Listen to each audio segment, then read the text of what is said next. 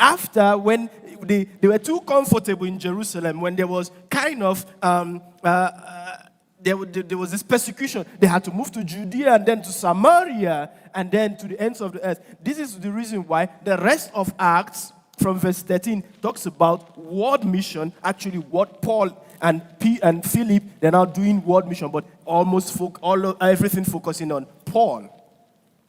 And so you see that when Jesus said, "You shall be my witnesses in Jerusalem, you should be my witnesses in Judea, you should be my witnesses in Samaria, to the ends of the earth," he was setting a goal, he was setting a framework for the rest of the book of Acts.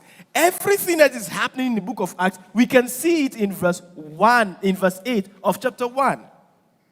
So you see, when you go to verse chapter 8 of Acts, you see that the gospel now is moving into Judea and Samaria. When you go to chapter 10, you see that the gospel now is going to the Gentiles, which is the ends of the earth.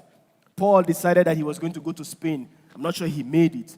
But Paul really, entered Italy, which is Rome, and then, Philip would preach to the Ethiopian eunuch, and the Ethiopian eunuch would take the gospel, to Africa.